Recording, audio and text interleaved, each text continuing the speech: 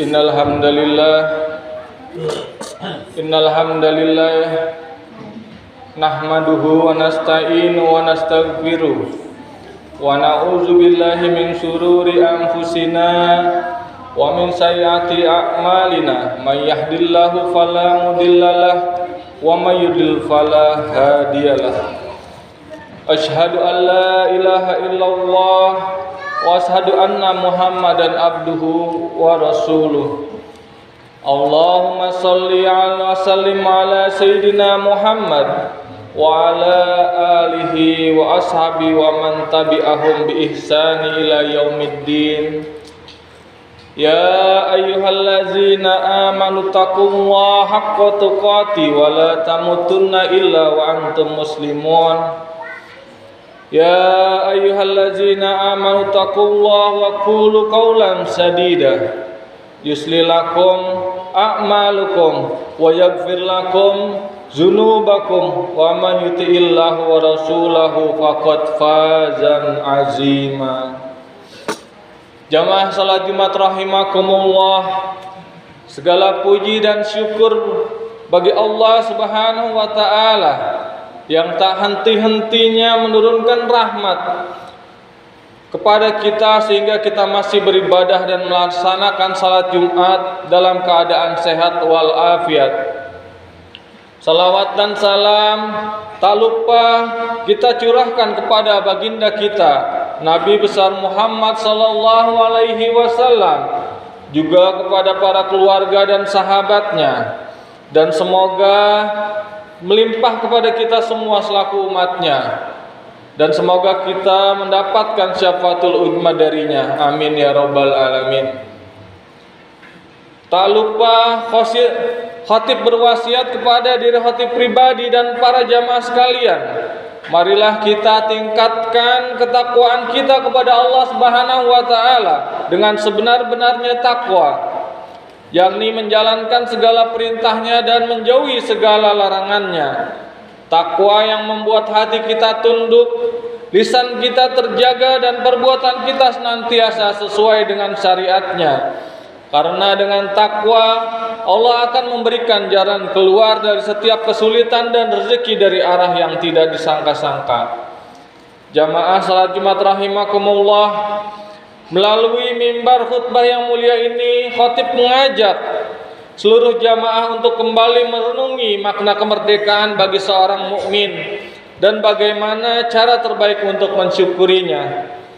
Kemerdekaan bukanlah konsep yang asing bagi Al-Quran, sebab kemerdekaan diri manusia dari segala bentuk penghambaan kepada sesama makhluk adalah salah satu misi utama risalah Islam. Sayyid Al-Qutub dalam tafsirnya Fi Zilal Al-Quran menegaskan gagasan besar ini bahwa Islam datang untuk membebaskan manusia dari penyembahan dan ketundukan kepada makhluk. Islam menghapus segala bentuk kekuasaan manusia atas manusia yang lain yang bertentangan dengan kehendak Allah Subhanahu wa taala. Gagasan inilah yang disampaikan oleh Sayyid Qutb saat menafsirkan ayat kelima surat Al-Fatihah yang kita baca dalam setiap rakaat. Iyyaka na'budu wa iyyaka nasta'in. Hanya kepada Engkau kami menyembah dan hanya kepada Engkau kami mohon pertolongan. Ayat ini adalah proklamasi kemerdekaan yang paling hakiki. Ia menegaskan bahwa tidak ada tuan bagi manusia kecuali Allah semata. Manusia tidak boleh tunduk pada hawa nafsunya, tidak boleh menghambakan diri pada sesama, tidak boleh diperbudak oleh kekuasaan, harta, ataupun ideologi apapun selain penghambaan kepada Allah Subhanahu wa taala. Maka ketika bangsa kita merdeka dari penjajahan, sesungguhnya kita hanya menegakkan kembali fitrah yang telah Allah tanamkan, bahwa manusia diciptakan untuk merdeka dari sesamanya dan tunduk hanya kepada Rabb-Nya. Jamaah salat Jumat rahimakumullah, para pendiri bangsa kita memahami betul bahwa kemerdekaan ini bukan semata hasil perjuangan fisik, melainkan anugerah dari Allah Subhanahu wa taala. Jika kita perhatikan bagaimana bunyi alinea ketiga dalam pembukaan Undang-Undang Dasar 1945, atas berkat rahmat Allah yang Maha Kuasa dan dengan didorongkan oleh keinginan luhur supaya berkehidupan kebangsaan yang bebas, maka rakyat Indonesia menyatakan dengan ini kemerdekaannya.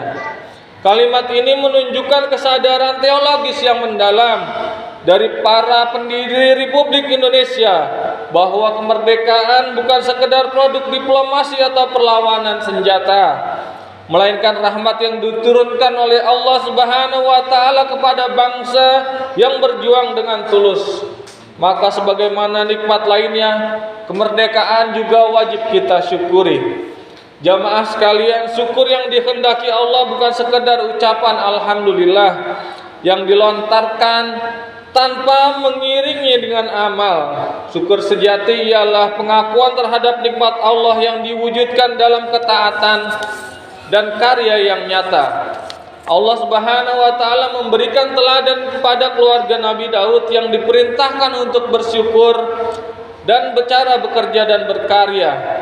A'malu alal Dauda syukura wa qalilum min ibadiya syakura.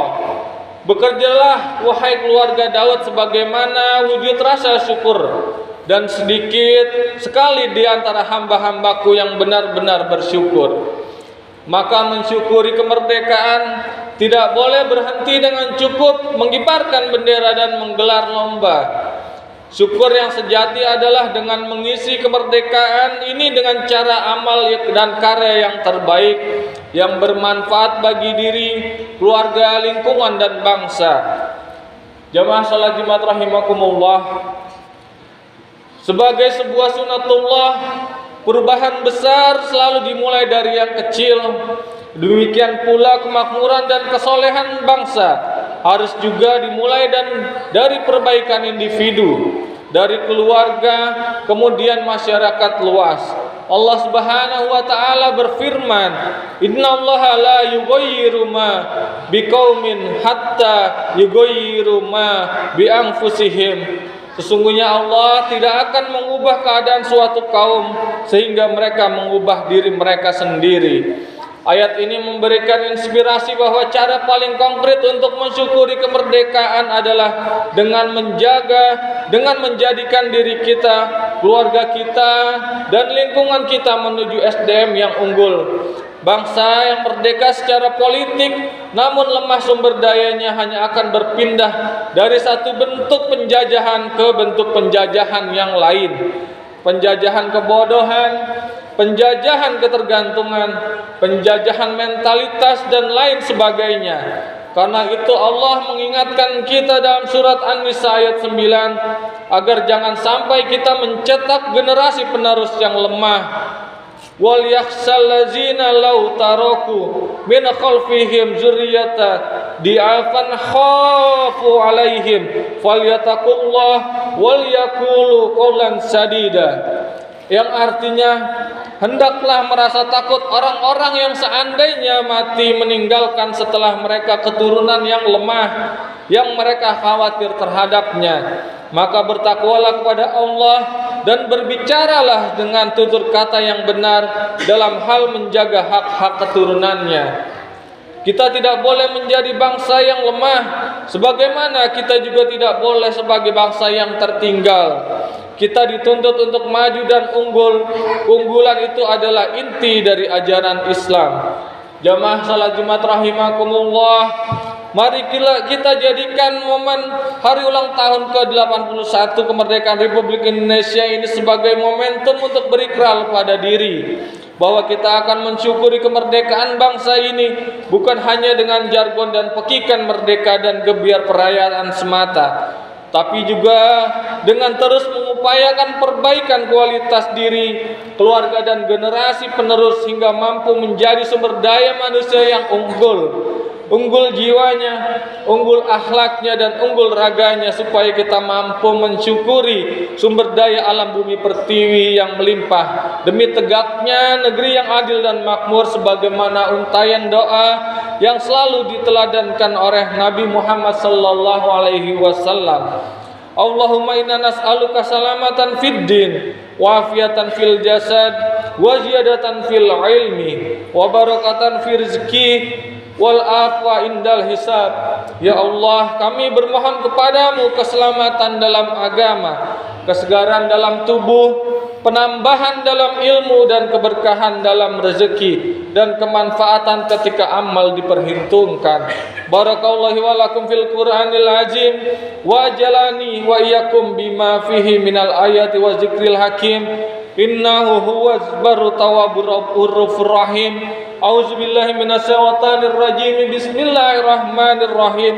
Wal hayyul la ilaha illahu fad'uhu mukhlishina lahuddin. Alhamdulillahi rabbil alamin wa qur rabbighfir warham wa anta arhamur rahimin.